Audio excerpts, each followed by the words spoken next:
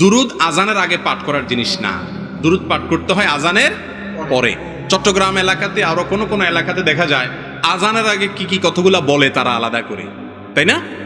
অনেক এলাকাতে আছে না? তো এগুলো সম্পূর্ণ বিদআত। যে জিনিসটা কোরআন হাদিসে নাই সেটা ইসলামের নামে নতুন কিছু যুক্ত করে দেওয়া। অনেকে আবার বেদাতের কথা বললেই বলে ক্যামেরাও বেদাত, মাইকও বেদাত। এরা আসলে বেদাতের অর্থ বুঝে নাই। গায়রে দিরা দি সুমরদান বেদাতাস্ত।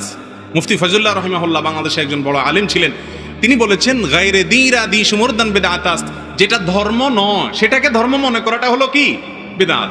এ মাইক তো ধর্মের কিছু না, এটা দুনিয়া, ক্যামেরা দুনিয়া, বাস দুনিয়া, প্লেন বিমান এগুলো সব দুনিয়া, দুনিয়ার কাজ। এগুলোকে শরীয়তে বেদাত বলে না, এগুলো জায়েজ কাজ। সব মনে করি কোনো কাজ যদি করে অথচ সেটা করতে কোরআন হাদিসে বলা হয় নাই, তাহলে সেটার নাম হলো বেদাত।